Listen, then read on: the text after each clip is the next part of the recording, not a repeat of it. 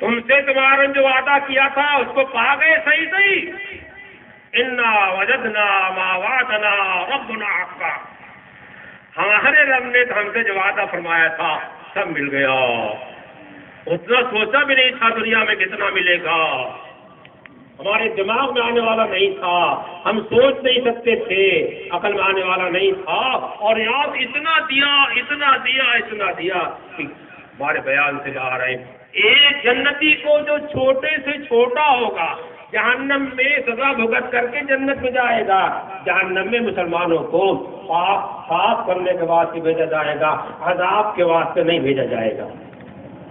نہیں, کیونکہ دنیا سے گناہ لے کر کے گیا ہوا ہے. اس لیے صفائی کے گناہ کے ساتھ جنت میں نہیں جا سکتا ہے. جیسے ناپاک کپڑے کے ساتھ ناپاک بدن کے ساتھ مسجد نہیں جا سکتے. حائضہ مسجد نہیں جا سکتی. نفسا مسجد نہیں جا سکتی ہے. پاک ہو جائے تو جائے اور مرد پاک ہو جائے تو جائے. اسی طریقے جنت پاک لوگوں کی جگہ ہے. ناپاک نہیں جائے گا. گناہ کی ناپاکی کے ساتھ نہیں جائے گا. اس گناہ کی دھلیا ہوگی کہاں؟ جہنم کے ایندھن سے اور اس کے پانی سے.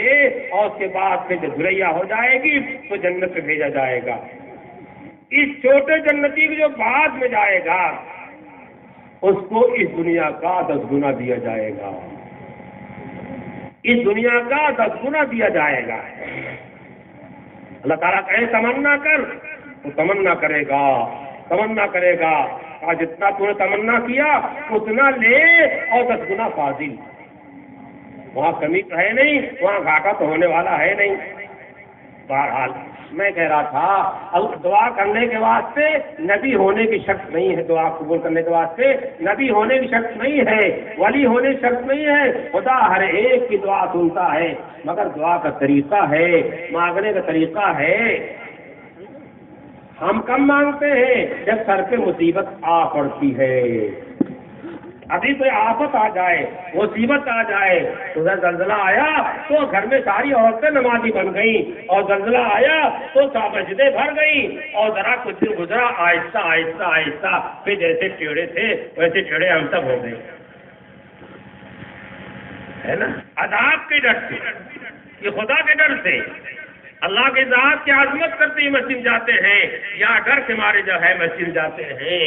اللہ کی ذات کے واسطے جائیے, اللہ کا حکم سمجھ کر کے جائیے. اپنی اپنی مسجدوں کو آباد کیجیے. گھر میں نماز پڑھیں گے ایک نماز کا ثواب ملے گا. مسجد نماز پڑھیں گے تو 25 گنا 27 گنا پڑ جائے گا. اور مسواک کر کے نماز پڑھیں گے 70 گنا اور اضافہ ہو جائے گا. مسجد نبوی نماز پڑھنے سے کیا ہوتا ہے 1000 نماز کا ثواب ملتا ہے. بعض روایتوں سے معلوم ہے ماجہ کی کہ 50,000 نمازوں کا ثواب ملتا ہے. اسی طریقے سے مسجد اقصی میں نماز پڑھنے سے 50,000 نمازوں کا ثواب ملتا ہے. مسجد اقصی لوگ قیمت نہیں جانتے, اس کی حیثیت نہیں پہچانتے, اس کا مقام نہیں پہچانتے. مسجد اقصی ابراہیم علیہ السلام ان کی اولاد حضرت اسحاق علیہ السلام پیدا ہوئی ہے. سب کا قبلہ مسجد اقصی ہے. ابراہیم علیہ السلام کے ایک لڑکے اسحاق علیہ السلام ہے, دوسرے اسماعیل علیہ السلام ہے. اسماعیل علیہ السلام اولاد کا قبلہ جو ہے بعد میں کعبہ بنایا گیا, کعبہ قبلہ بنا. اور اسحاق علیہ السلام کی اولاد سارے انبیاء اس کی اولاد جو ہے سب کا قبلہ جو ہے مسجد اقصی بنایا گیا ہے. اب اگر آج کوئی کہتا تھا کہ صرف مسجد مدینہ اور ہم صرف مسجد حرام کو جانتے ہیں, مسجد اقصی کو نہیں جانتے ہیں, تو دماغ خیرات کر لیں. 50,000 نمازوں کا ثواب مسجد نبوی ملتا ہے اور 50,000 نمازوں کا ثواب مسجد اقصی ملتا ہے. حدیث پاک میں آیا ہے کہ 3 مسجدوں کے علاوہ کسی اور مسجد کے واسطے سبا کرنا درست نہیں ہے. ان 3 مسجدوں میں اسی کا نام ہے مسجد حرام, مسجد نبوی اور مسجد اقصی. اور مسجد حرام میں نماز پڑھنے کا ثواب جو ہے 1,00,000 گنا ہے. اور بعض روایتوں سے معلوم ہوتا ہے کہ مسجد نبوی کے ثواب کا 1,00,000 گنا, مسجد نبوی کے ثواب کا 1,00,000 گنا.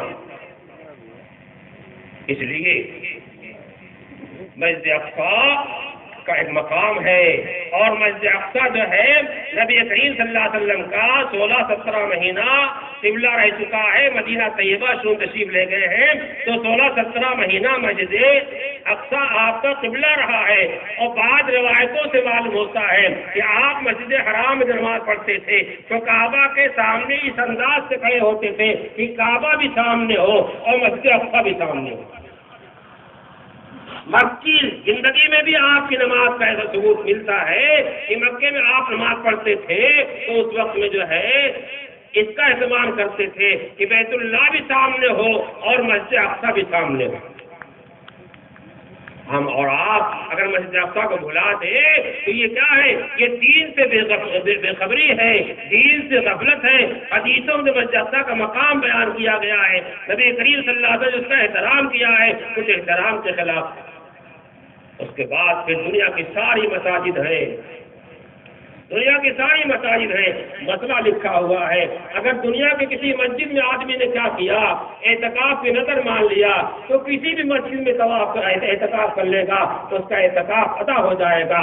لیکن اگر مسجد حرام میں نیت کرتا ہے اعتکاف کی تو مسجد حرام میں کرنا ہوگا، مسجد اقصی میں نیت کرتا ہے اعتکاف کی نظر مانتا ہے تو مسجد اقصی میں کرنا ہوگا، اور مسجد نبوی میں اعتکاف کی نظر مانتا ہے تو مسجد نبوی میں کرنا ہوگا۔ ان تین مساجد کو تمام دنیا کی مساجد پہ فوقیت حاصل ہے، برتری حاصل ہے۔ اس لیے مسجد اقصی کو نظر انداز کرنا یہ جہالت کی بات ہے۔ جو لوگ اپنے بیانات میں اس طرح کی باتیں کرتے ہیں وہ حقیقت سے شناسا نہیں ہے، اور اپنے گھر میں بیٹھ کر نماز پڑھ لیتے ہیں، مسجد کو چھوڑ دیتے ہیں، کسی امام سے ناراض ہے، کسی مسجد سے ناراض ہے، یا گاؤں کے کسی فرد سے ناراض ہے، اس مسجد میں وہ کھڑا ہوگا تو ہم نہیں جائیں گے، اور اس میں وہ جائے گا تو ہم نہیں جائیں گے۔ مسجد میں تو مسئلہ جا کے ایک دم اکٹھا ہو جاتا ہے، اجتماعیت ہو جاتی ہے۔ ہو سکتا ہے اسی مسجد اجتماعیت بنا پر جو ہے آپس کی صلح ہو جائے اور مطالعات ہو جائے۔ ایک بھی سب میں کھڑے ہو گئے، محمود و ایاز۔ محمود کون ہے، ایاز کون ہے؟ نہ کوئی بندہ رہا نہ کوئی بندہ نواز، ہر ایک کے کندھے سے کندھا ملا کے کھڑے ہو، چاہے دائیں بائیں بڑے حضرت ہو اور چاہے ہمارا چھوٹا بھائی ہو دائیں طرف، دونوں سے کندھا ملا کے کھڑا ہو جائے گا۔ امام جس کو بنا دیا گیا اس کے پیچھے رکوع سجدہ کرنا ہے، اس کی ابتدا کرنی ہے، اور اس کی نماز پہ نماز پڑھنی ہے، اس کے سلام پہ سلام پھیر دینا ہے۔ اب آپ کیسا امام صاحب سلام پھیرنے کے بعد جو ہے ہم تو 10 منٹ کے بعد سلام پھیریں گے، اپنی نماز کی خبر لے لو، اور امام صاحب تحریمہ باندھنے سے پہلی تحریمہ باندھ لیں گے، تمہاری نماز نہیں ہوگی، نماز نہیں ہوگی۔ بات دور چلی گئی۔